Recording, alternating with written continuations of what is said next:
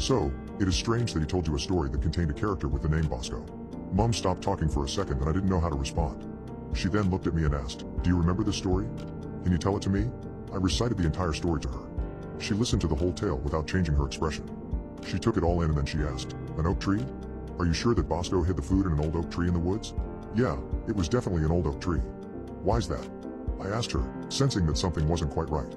"It's just that, on mine and your father's first date, he took me to an old oak tree that was inside the Shelton Woods, only a 10-minute drive from here," she responded. "He told me then that it was lucky for me that Bosco hadn't decided to interrupt their date."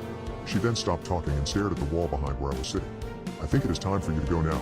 I'm sorry," she told me, a hint of sadness in her voice. I thought that maybe it was for the best that I did leave. I got up and gave her a small hug, which she didn't even seem to notice. Then I collected my things and headed out the front door. I got into my car and began to drive home. On the way home, however, the thought of the old oak tree and Bosco